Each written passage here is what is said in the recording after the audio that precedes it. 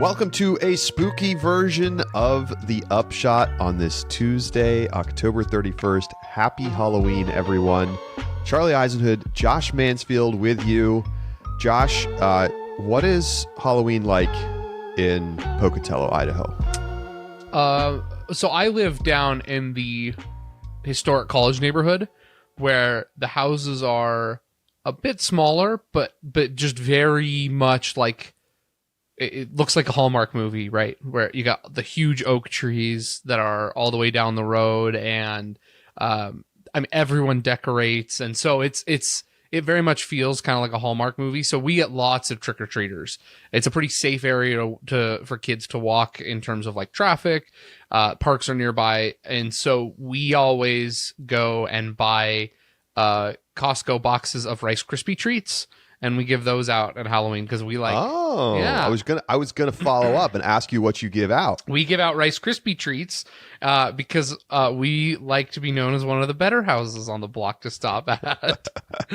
Now, that is a nice change up. I don't think I've ever gotten a Rice Krispie treat during Halloween, but that counts. That's legit. We got the idea when I was running for city council. We did a trick or treat event down like in Old Town, and we did campaign stickers on Rice Krispie treats, and so ever since then we're like, we'll just do Rice Krispie treats, keeping it going. Yeah. This is gonna be your launch into national politics. You're gonna be the Rice Krispie treats guy. I don't know if I want to be noticed. Politico is gonna write some big story about you and how it all got started with Rice Krispie treats.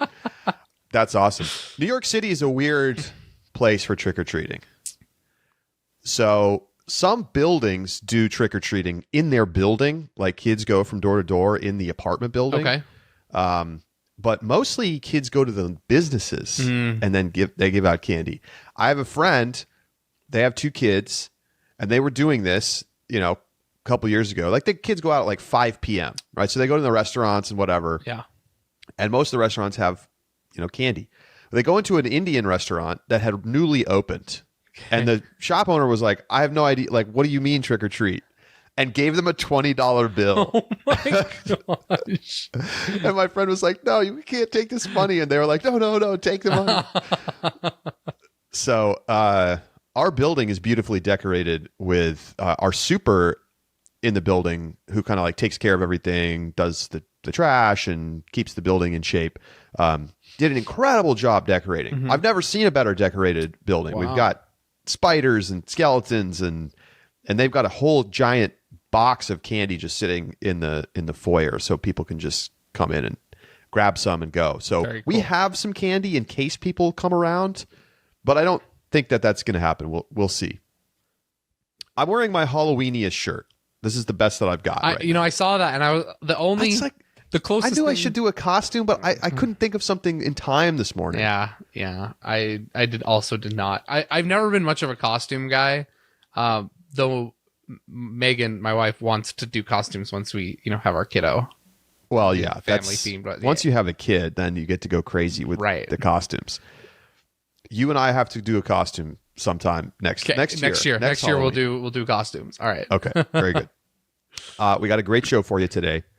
We're going to start off with a little submission of a costume Halloween happy hour at UDisc. Okay, so they had a little Halloween happy hour, and former Upshot host Steve Hill sent this in. Riley Cox stopped by with this USDGC Hole 7 at Winthrop. Very scary, Josh. Very scary. Very scary.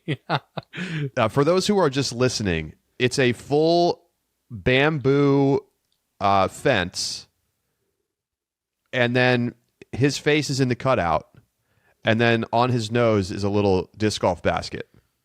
And he literally sourced bamboo. Yeah, this is actual bamboo. And sourced from a South Carolina course, in fact. Not at Winthrop, but... incredible commitment, and unsurprisingly, he won the Most Creative Costume Award. It doesn't have to be crazy. Like, I mean, that probably puts some work in, but it's simple, right? It doesn't have to be crazy extravagant to win that. It's just very well executed. It is. I mean, you immediately know just what's like going that. on here. Heartbeat. Yep. So very nice. Well done, Riley Cox. Today we're going to do a little trick or treating. We're also going to talk about some of the scariest moments, and that's where we're going to start. We're going to talk the top 10 scariest moments from 2023. And we're going to mostly keep this lighthearted. There are a couple of serious ones on the list. So Josh, let's begin. We're going to go in loosely in order here. What's number 10 scariest moments of 2023 in the disc golf world? Number 10. It's got this has to make the list. Dave Feldberg passed a kidney stone at USDGC and then still finished his tournament. This was crazy, Josh. Like there was like the rumors about like what's going on with Dave. He's in the hospital, and then he's posting on social media like thumbs up from the hospital bed. Like, I just passed a kidney stone. I'm coming back. And then I didn't talk to him personally, but apparently he was like telling everybody like, hey, did you hear that I like just passed a kidney stone and I'm still out here playing USDGC? Respect to the man. Absolutely. Would have been a very easy reason to DNF. Yeah. Yes. I think what's scarier for me is I think about like some of the courses that I play. I'm up a mountain that's a 35-minute hike back to the car and then a 30-minute drive before I have service. Like, you're done. Done. I'm just gonna roll over and just I'm not getting off that mountain. Rattlesnake bite would be like the scariest thing, right? With like that kind of distance to get to health. There's a course that like is you're expected to see a rattlesnake around here, and I just won't play it. I hate snakes. You're not a big snake guy. Seeing a snake in a round takes number one on my personal list. Oh wow. Nope. No. What happens if you see a snake during a round? Do you like leave the course or do you? I'm not quite that clear? bad, but like if my disc was next to a snake, I would either have to get somebody else to remove said snake, or I would just leave the disc. I would take like I don't know how that would work, but I would take a 4 over par on that hole, and I would leave the disc and just move on to the next one. Is snake your number one fear? Yes. Yep. Okay. Hate snakes. Yeah. Can't do them. Yeah. I don't really mind snakes, but they are, you never know. They're dangerous. You never know. All right. Next scariest moment from 2023. Hole 18 OB rules at the Blue Ridge Championships. Oh my gosh. This is so bad. Did you want to have your round completely ruined? Did you want to have an impossible hole? We got you. Do you want to build a snowman? The number of 8s on that. Do you want to have a snowman in the middle of summer? Oh my god. And there was no reprieve, No. You had to go back to where you were last in bounds. There was no drop zone. Mm-hmm. So you just got rocked. The final round played over a stroke and a half over par on average. It was just pure pain out there. I love the hole if it just played normal OB rules. They just need to tweak the OB rules. Scary stuff. What's next, Josh? Number 8. You saying that last offseason won't be crazy. Well, okay. Hang on a minute. That was 2022. I mean, yeah, but I mean, it's a continuation, right? Technically, the 2023 season started in November with the wraparound tour. Okay, which means it's got to be included. Fair enough. That's a good point. Thank you. There, we had the wraparound season last year. By the way, another thing that the Pro Tour is just kind of like pushed into the memory hole. Remember the concert series? Oh man. You got to give them credit. They're trying stuff. They got to try. Yeah. Wraparound season, that ain't it. Nobody wanted that. It's fine. Yeah. Yeah, I was very wrong about that, Josh. Are you ready for this? Uh-huh. This off season, it's not going to be that crazy. Charlie, stop. Listen. We'll get to it more later. Okay. But I just the disc golf boom has subsided. economic realities are coming back into play. Mm-hmm.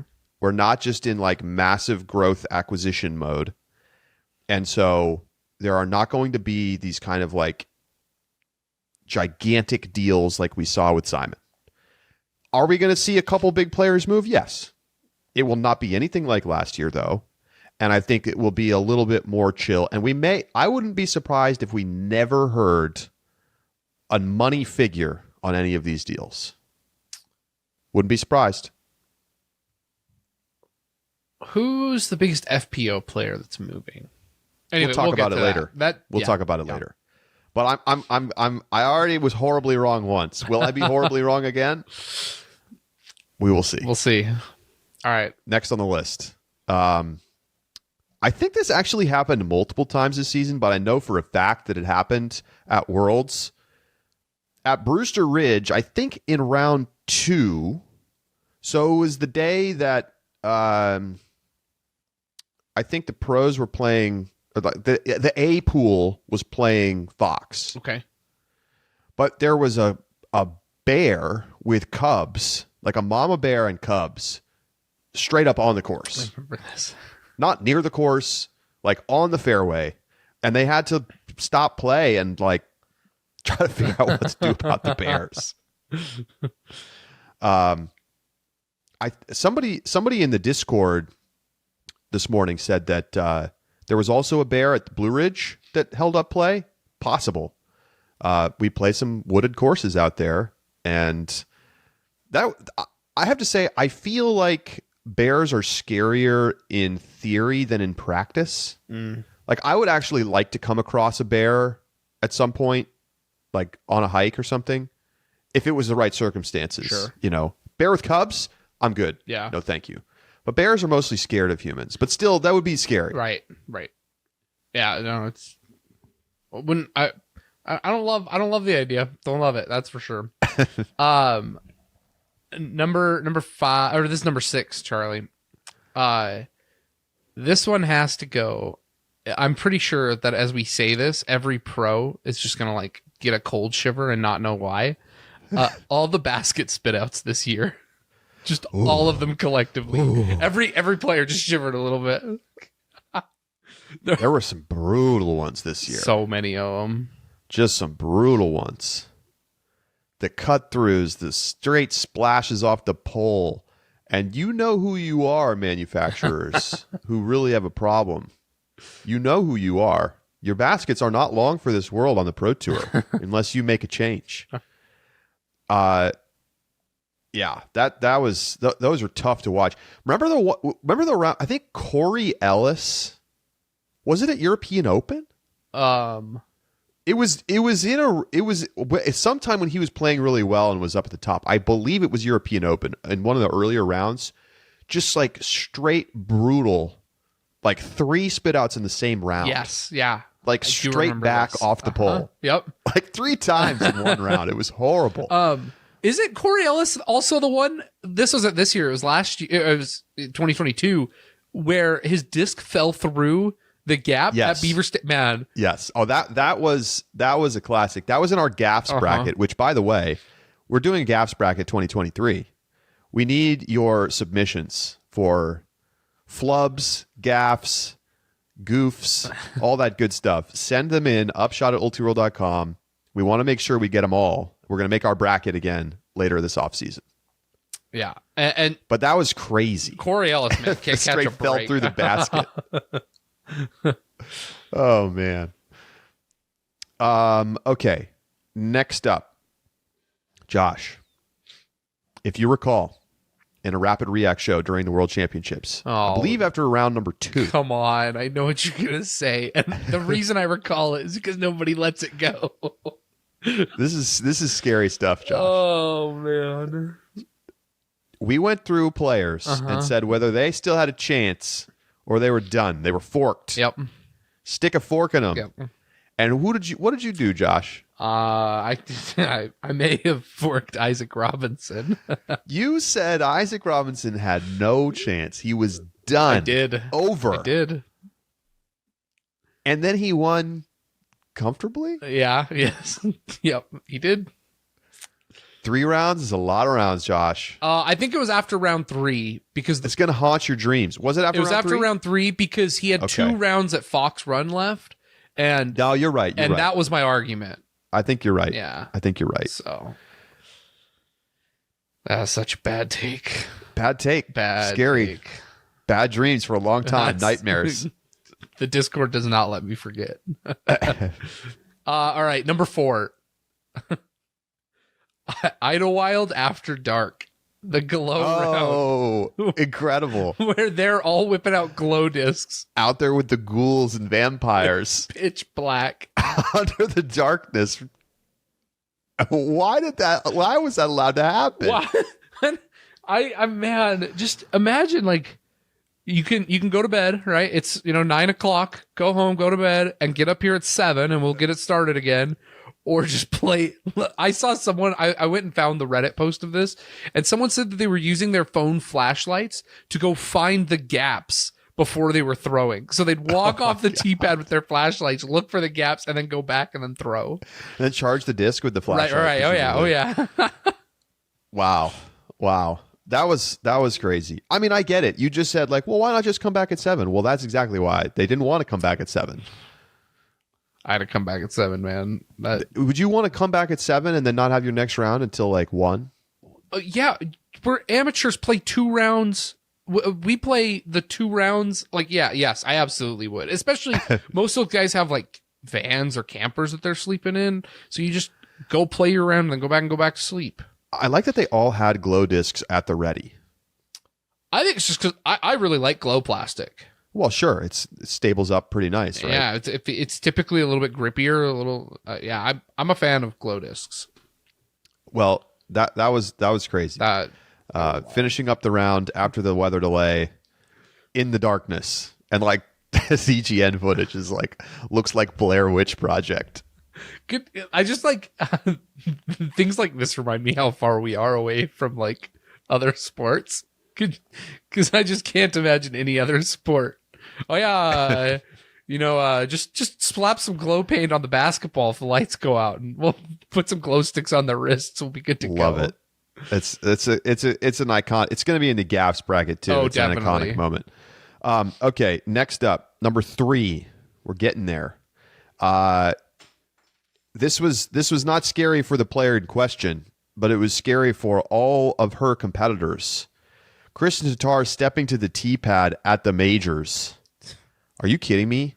Kristen was an absolute beat. I ran the numbers, Josh, because I couldn't remember how many. I want you to guess. Okay. How many strokes combined did Kristen win by at the majors this year? And yes, I know I am excluding throw pink. Is it fair? No. Am I omitting it out of convenience? Yes. She did not win throw pink, but she did win all of the capital M majors. What was her combined stroke victory? One tournament she won by double digits, I know. And then let's say average of like 4 strokes for the other 3. So give me like 24. That is not close. Oh, dang. 39 strokes combined, because remember, she won Champions Cup by 14 strokes. Okay. And then she won the European Open by 16 See, strokes. I think I was thinking of European Open. I forgot. She won Champions Cup by 14 as well. 14. Man. It's probably because I didn't watch the final round, to be honest.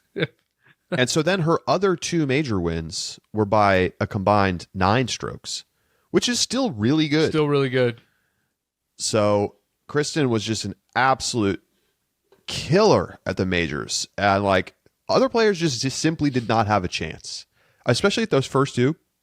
It was over by round 2. It was straight up over. Yeah. Almost. I think the scariest thing was having to get into the broadcast booth and be like, who's going to take second? Almost 10 Aren't you excited for this race for second place? 10 strokes per tournament. That's crazy. Yeah. Yes. Averaged just under 10 strokes. The average victory. Just unbelievable year for Tatar. All right. Number 2. We're going to keep it in the majors here. This one also has got to go on the gaffs bracket. Oh, I know where we're going. And I here. think this one is. I know where we're going here. A strong run in the gaffs bracket. Oh no, Anthony Barella, hole 16, European Open. Oh man, is he? If you're Anthony Barella, do you just skip European Open next year? Like, is he gonna walk up to hole 16 and just start shaking? The redemption story is right there. Like he knows he can go out there and win that thing. I can't imagine having to throw that hole again. I think he'd play it differently this time. If he's out of position, I don't know. Like he probably learned. Like, oh no, I just need to throw a zone over. Yes, throw it as hard as I can and let it dump. Yeah, this was tough to watch. I mean, you think about the build up to the moment, and like he'd been leading, and like he's never done it before, and can he close the deal? And we get to 16, and it's like, you know, he's got the power. That's not the question. And kind of like the drive isn't perfect. And it's like, all right, here we go. Macbeth on the bag. Remember that?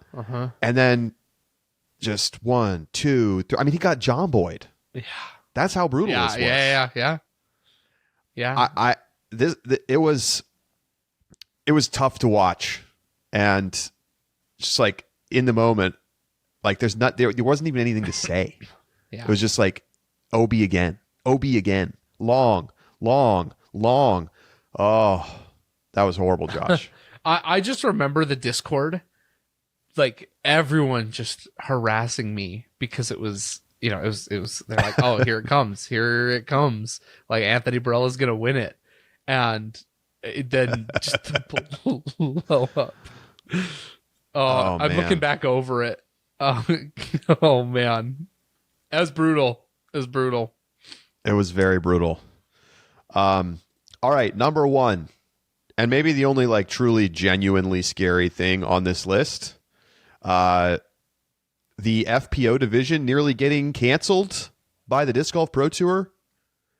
We had the lawsuit drama with Natalie Ryan, and they said we're not fighting this anymore, and so we're going to pull out of all of the states where we have Pro Tour events that have an FPO division, and we're just not going to hold FPO divisions there. And they were trying to come up with some wacky scheme to put the tournaments in other places nearby, but in red states. Like it was a crazy, I don't even remember how long this was. 5-6 days. I mean, it was less than a week, I think, until they announced, actually, we're just going to let Natalie Ryan play and have this United Series. But that was genuinely a scary time. And I think, FPO players were scared. And there have been a few times where I like get on to talk about something and I'm like, this is like potentially just horrendous for the sport. Like this is going to set us back. And I'm very thankful that the tour did not take that tack and instead just chose to let Natalie play, which, by the way, was like basically zero drama the rest of the season and never was even a relevant story. These things are going to work themselves out long term, Josh, but that was genuinely scary about like the future of disc golf. Yeah, we had people in the chat. I mean, and the impact that would have been to FPO if that was our course of action moving forward was to separate, like create essentially separate tours. I mean, FPO's is devastated, right? They lose out on the access to some of the highest paying tournaments, the most prestigious tournaments. MVP wasn't going to get played by the FPO field. Oh, it would have been horrible. So, I mean, TDs were writing me like, this is the worst thing. Like, I can't believe this is happening. We didn't know. And, then it obviously it got worked out. Yeah. And thank God. But yeah, that was scary. It doesn't seem fully resolved. I mean, we don't really know what's going to happen in 2024. I would expect a continuation of the same basic policy. Yeah. Yeah. Anyway. Okay. So we're going to take a break. When we come back, we're playing Trick or Treat. The rumor mill is buzzing about players. There's little hints being dropped, little things happening. Is it a trick? Are we being duped, or is it a treat? Are we actually seeing the signs of players making a move? We will assess when we come back.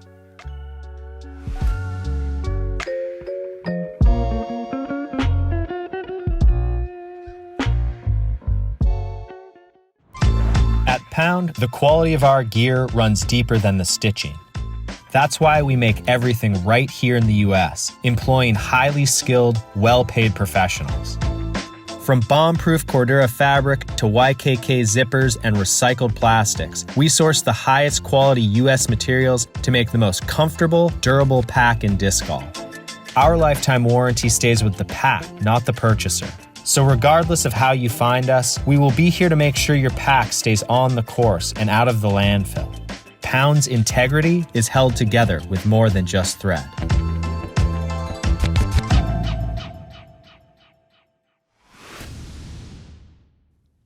Welcome back to the Upshot. It's time for a little trick-or-treating. What a great time when you're a kid, by the way. So much candy. It's like you can't even eat it all. No. It's just, the problem is too many people give away like Smarties or, I used to get so many Tootsie Rolls. I don't even really dislike Tootsie Rolls. It's just, I don't want that many. Right.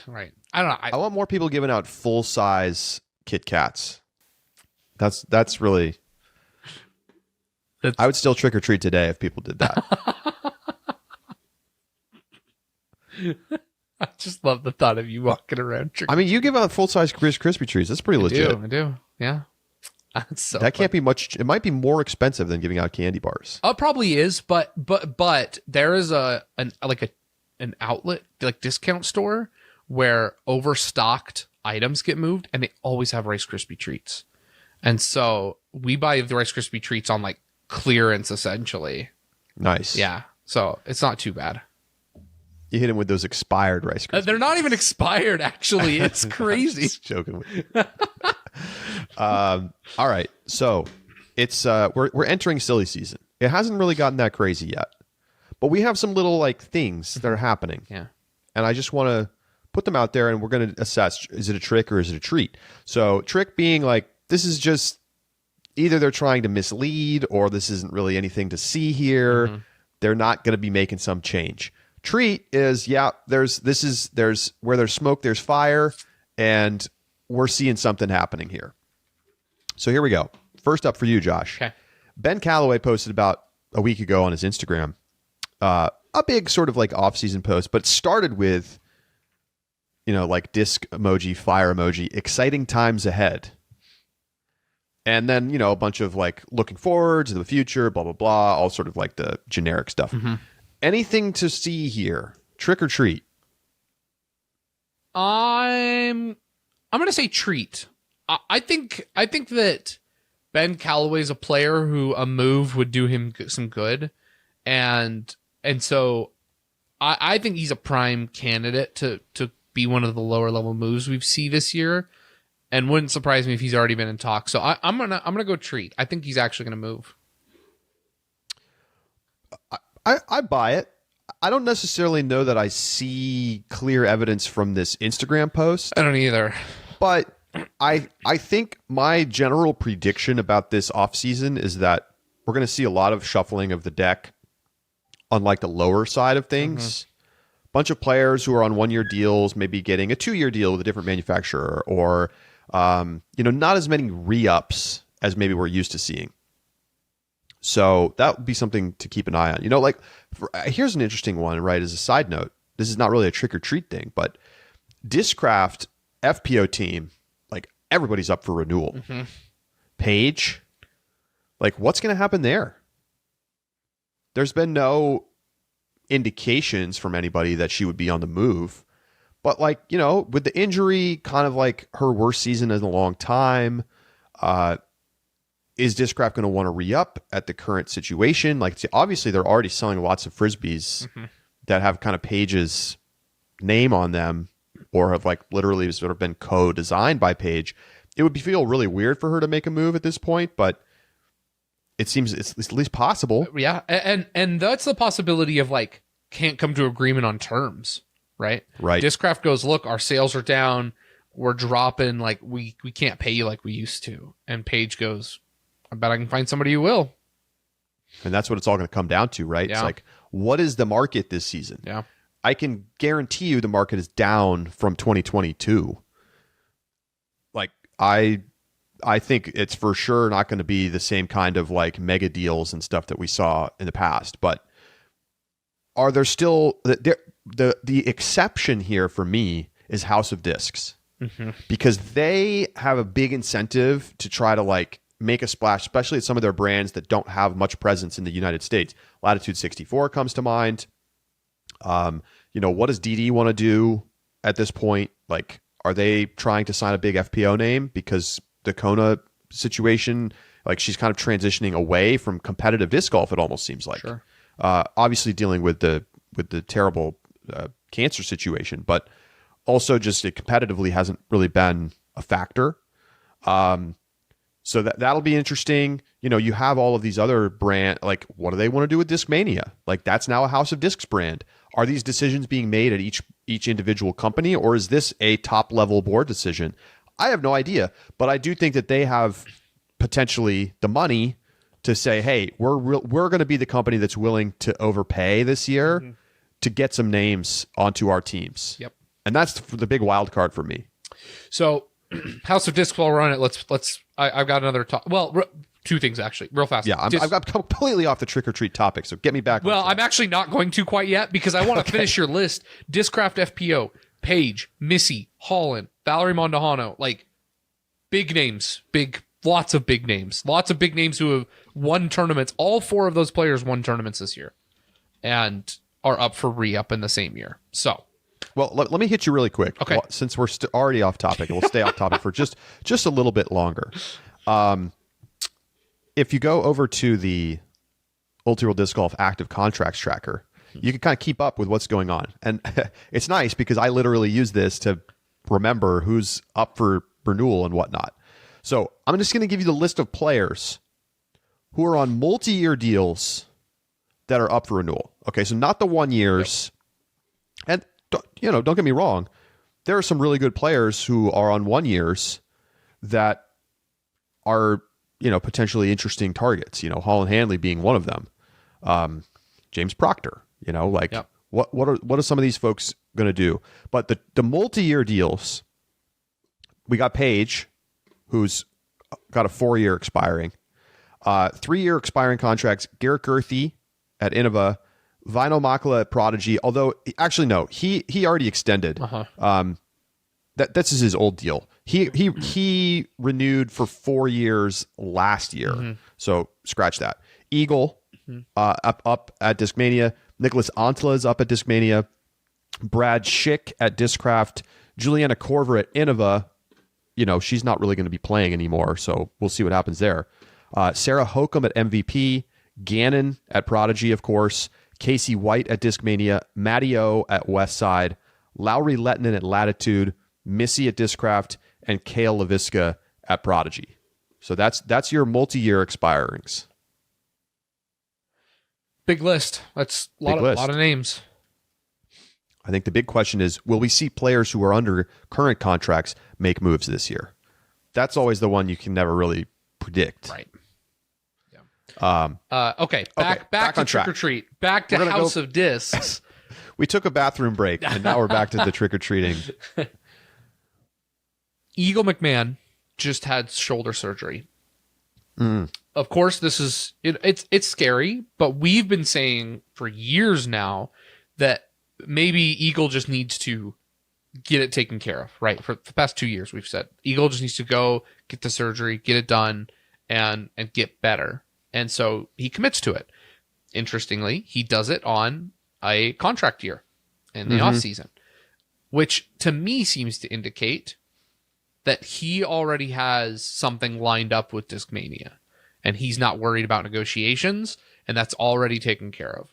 Trick or treat, Eagle's bag is already secured. I'm going to say treat. Discmania simply has no option but to re-sign Eagle, and they're going to pay what it takes to make it happen. And I think Eagle is going to choose that security of having that deal, being the face of the brand. And I agree with you. I think the timing of the announcement suggests to me that this is already done, and that it would be so difficult. I mean, he would be basically playing on ultra hard mode to try to go get a deal in the open market following a surgery.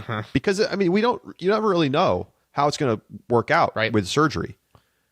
Like, obviously modern sports science techniques and surgery is like, it's better than ever, but you may never quite be the same again. Of course, he was already dealing with the fact that he wasn't the same again after trying to avoid the surgery. Right. So, I think Eagle's making the right choice for his future career. But I also think that from a financial standpoint, this feels like treat to me, that he already has this figured out, and they probably came to terms. I wouldn't be surprised if it was months ago. Me neither. Like, once Simon was gone, it's like, and we had UC on in like April, May, something like that. It was closer to European Open, I think. So I think it was like June. So summer. Yeah. But what did he tell us? Right, our number one priority is to re-sign Eagle and Niklas, and then we'll see where we're at vis-a-vis Gannon, which was what the question was about. Right. So who knows? I mean, no inside info on the Gannon situation, but I would be very surprised if Discmania did not re-sign both Eagle and Niklas. Especially with the connection to House of Discs, like you talked about. Like, House of Discs needs players. Right. Yeah. Right. Yep. Completely agree. Okay. Next one, Josh. Okay. Once again, as it happens every offseason, so I don't want to overstate this, but Gannon Buhr has been on the Prodigy collectors groups selling lots of discs from, his collection, from his bag, and offloading tons of Prodigy stuff. Now, he did this last year as well, and he was planning to leave Prodigy, as we know. Right. But he also did this the year before that, and he just seems to be somebody who likes to sell old discs at the end of the year as he re-ups to new discs in his bag. But he's also been spotted buying some Innova discs in various other Innova collectors Facebook groups. And so I ask you, trick or treat? I'm going to say treat. I think that the relationship between Gannon and Prodigy is irreparably damaged. And it's interesting because now when you look at it in the rear view, it feels like one of those things that you overreact about, and then like in hindsight you realize wasn't that big of a deal. Like, that's what it feels like looking back. You're like, oh yeah, like there was that spat between Gannon and Prodigy, and then like it got settled, and Gannon went on and played great and seemed to have a great season, and his buddies with all his Prodigy friends, and life went on. But think back, right? Gannon is saying that Prodigy is not paying him bonuses or giving him commemorative discs that he feels entitled to, or and not to mention like the plastic quality, which I think is a minor one. And then Prodigy sued him for over $1 million. That I just don't think you come back from that. I really don't. And I know it was just business, and I know, and honestly, selling the Prodigy discs, you're right, like he does it every season, but I think that Gannon would take a slightly worse deal to be somewhere that's not Prodigy. Well, okay. I'm going to say trick. Okay. And my point is that this buying and selling behavior is not indicative of anything. Okay. So my point, and I don't even necessarily disagree that he's moving on. It would be, I hold it in the back of my mind that it is possible that Prodigy offers him the best deal, and that's what he sticks with. But I find it unlikely. It seems like it was a toxic relationship. Yeah. Seems like everybody just was smiling and thumbs up, and behind the scenes they were like, they hate each other. Yeah. So I'm holding the possibility, but I think it's like 90% that he's moving away. But I don't necessarily think that this buying and selling behavior tells me like, oh, he's going to Innova. Agreed. That's where I'm at. Okay. So I'm saying trick because this is what we've seen from Gannon. This is what he does. Sure. All right. I think that's, guy loves to buy and sell Frisbees. I think that's a good take. especially because I saw someone in Reddit who said that he also purchased like a board flat D3 for $75 this offseason as well. So Right. yeah. That's what I'm saying. Yeah. He likes to buy and sell Frisbees. Okay. Next one for you. Chris Clemens, who's been on DD. How long has Chris been on DD? I don't remember when he wasn't on DD. It's been a long time. Long time.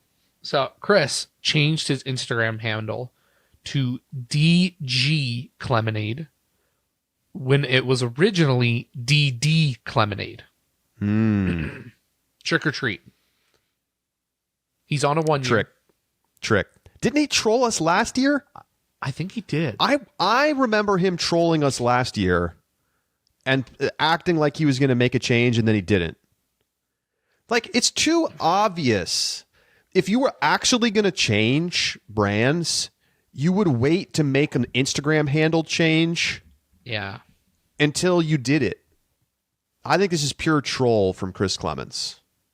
I also just think that DG Clemonade is a better Instagram handle than DD Clemonade. That could also be true. Like, maybe he was just like, I don't want to do DD Clemonade. I want to do DG Clemonade. I mean, it's possible this means something, but I think this is classic little insider baseball jokey stuff. I think so too.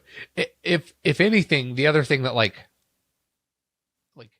does it change the rules with House of Discs in terms of like, maybe he's going to start throwing Castaplast as well. Like, is that allowed now? Or he's going to throw Discmania as well? Anyway, there are so many other ways to read into this, and sponsorship's actually like the furthest from my mind on it. But this is what we got to do, Josh. We got to read the tea leaves. Yeah, that's true. Speaking of reading the tea leaves, Alden Harris recently joined the Discmania Collectors and Throwers group on Facebook. And I ask you, trick or treat. Okay. Interesting. Okay.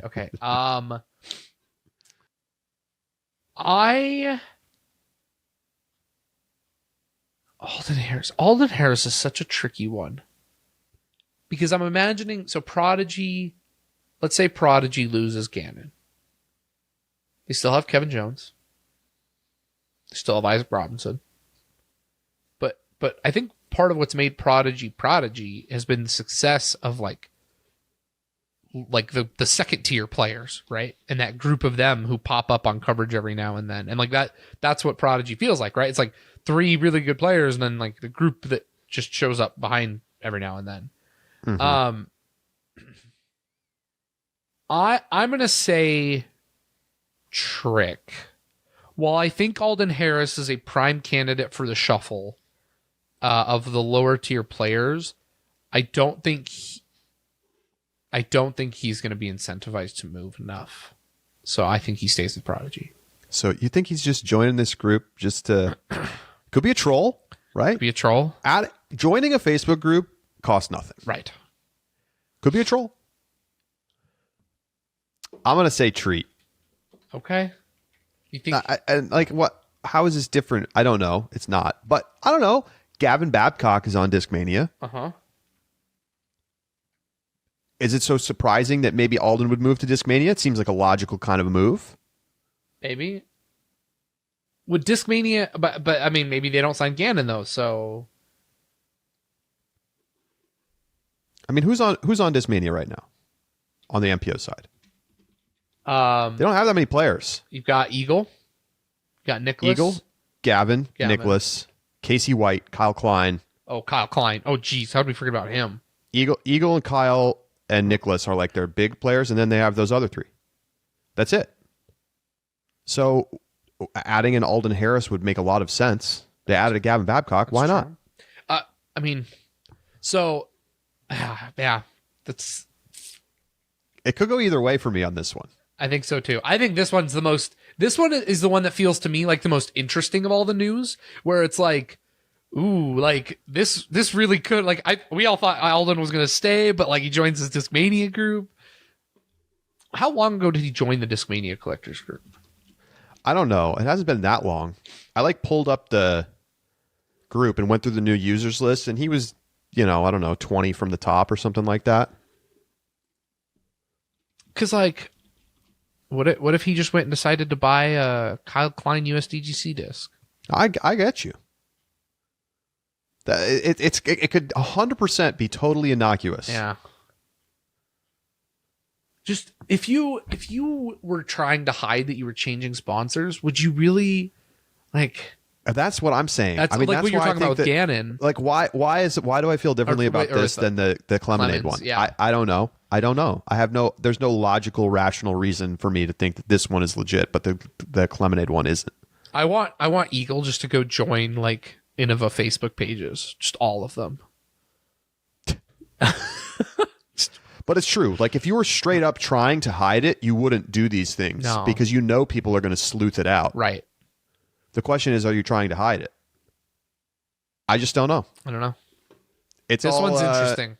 It's all just smoke and mirrors right now. It's probably all tricks. Probably.